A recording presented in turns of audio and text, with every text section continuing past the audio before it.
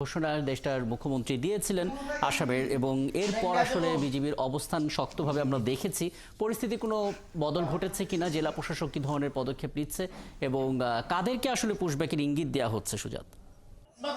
দেখুন রাকিব, আসামের মুখ্যমন্ত্রী হেমন্ত বিশ্ব শর্মা একটি ঘোষণা দিয়েছেন যে তার রাজ্যে যারা অবৈধ নাগরিক আছেন এবং রোহিঙ্গারা আছেন তারা কিন্তু কোনো আইনি তোয়াক্কা না করে সেই সব অবৈধ নাগরিক এবং রোহিঙ্গাদেরকে সরাসরি বাংলাদেশে পুশব্যাক করবেন। এবং আসামের মুখ্যমন্ত্রীর এই ঘোষণার পরপরই কিন্তু সিলেট জেলা প্রশাসন ইতিমধ্যে সমগ্র সিলেট জেলায় যত একটা সীমান্তবর্তী উপজেলা আছে প্রত্যেকটি সীমান্তে কিন্তু নিরাপত্তা জোরদার করেছে। পাশাপাশি আপনাকে আমি জানিয়ে রাখি যে আমরা বিজিবির সাথে কথা বলেছিলাম, বিজিবি আমাদেরকে জানিয়েছে যে তারা ইতিমধ্যে সিলেটের যে ৩০২ কিলোমিটার সীমান্ত এলাকা আছে সেই ৩০২ কিলোমিটার সীমান্ত এলাকায় তারা নিরাপত্তা জোরদার করেছেন। তবে আসামের এই মুখ্যমন্ত্রীর এই ঘোষণার পর এখন পর্যন্ত